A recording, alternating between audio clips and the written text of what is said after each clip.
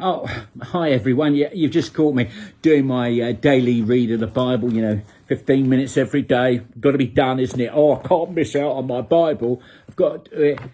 Leviticus. Oh, and the priest shall burn it upon the altar. It is the food of the offering made by fire unto the Lord. Oh, it's so heavy, this book. No, that isn't the book I normally use to read the Bible with. It's my biggest and my heaviest one I've got. I was blessed with it a while back. But it's an important thing to don't kick yourself and knock yourself out about it. It's quite difficult at times if you're not used to doing a lot of reading. And in these days, the younger people, of course, do mostly online things.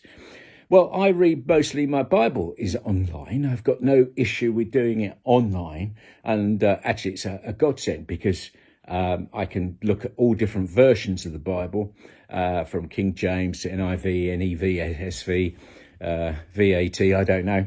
And which is really great to be able to look at the differences between the different passages. But, I remember about 4 years back when Basil spoke into me and said, just put aside 15 minutes a day to read the Bible. Goodness me, that was difficult at first. I managed it for a few weeks, then it dropped it. Oh, it was difficult. Where do I start? What do I start? How do I start? And I've always been under the impression that you tell people always start with the Gospels first, do the New Testament, stay clear maybe from the end of the Bible for some because it's difficult to understand, and some of the Old Testament can be, stick to the areas and that sort of thing. But I pushed on anyway and managed in the end to do my first year of getting a Bible read. Or I say a year, it might have been a bit longer, I can't remember exactly. But I read the whole of the Bible from front to back. How much did I understand? Probably not a lot. How much did actually went in? Very little. Did I skim read? Probably. Did I lose concentration? Definitely. Did I wish certain chapters were done and dusted and out the way? Was I just doing them just for doing's sake? Probably. But at least it started me along that path of looking at the Bible. And then I did, in the last 2 years, I've done Nicky Gumbel's Bible in a Year on the YouVersion, and then which was good. And then I did the Bible Project, which is a little cartoony type thing first, and then you read the Bible, and it'll have explained what you're going to be reading, which was really handy as well. And so I've read the Bible fully through 3 times now. Doesn't sound like a lot, does it? But I obviously read at other times as well. But this situation of where it's 15 minutes a day, don't beat yourself up if you're up late in the morning and you don't get to do it till later in the day. Yeah, God wants to be with you. Don't beat yourself up that a day goes where you don't do it. Yeah, it's a shame, but just move on and say, right, Lord, I'm going to fit in half an hour tomorrow. Maybe you won't be able to do it till the weekend when you've got a bit of spare time to do a little bit extra in the Bible.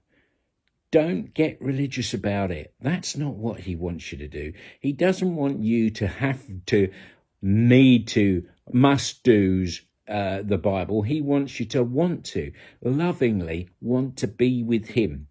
Remember, when you're looking at the Bible, before you get in, just say, God, help me to discern, give me wisdom. Lord, help me to understand what it meant back in those days when I read something. Why did they have to go into a manger to have a baby? What was the situation about? Get a bit of context. And how does it affect me? Where's that? What's the situation? Oh, well, actually, I happen to know that there's some refugees living down the road who don't have much. And that's what Jesus became, wasn't it? A refugee later. They had to flee from there because of Herod's men. Who knows what it might be? It might put something on. But the other problem, of course, is during that 15 minutes, your mind wanders. I put my hand up. Sometimes it's because, I really have got to get this fixed, maybe something on my car. Or it might be someone comes to mind that I haven't thought about for a while. And that happens quite often to me. Or a third thing that could happen is, well, I don't understand that word. Why did they do those sort of things? I want to look at that a bit deeper. So your mind goes off into a different path. God knew you were going to do it. God also will use those for good. God will also understand if you've got a concern and a worry, say for your car, that you've got to get it fixed. He knows that. Maybe he's bringing it to mind because he'd rather you got that sorted and out the way. That means picking up the phone to organise a garage or whatever. But once you've done that, there's nothing more you can do until that day when the car comes in. So, bump, I can turn back and do the Bible now. My issue's gone. If he may well have given you that Fred Blogg's name out of the blue that you haven't thought of for several months. Give him a text, give him a phone call. Don't worry about reading the Bible on while it's there in your heart, because if it's from God, he'll give you the words to use. Message the person. Say, God just put you on my mind. I'm just hoping that all is well with you, and I'm praying good things around you and to bless you. Speak soon, whatever it might be.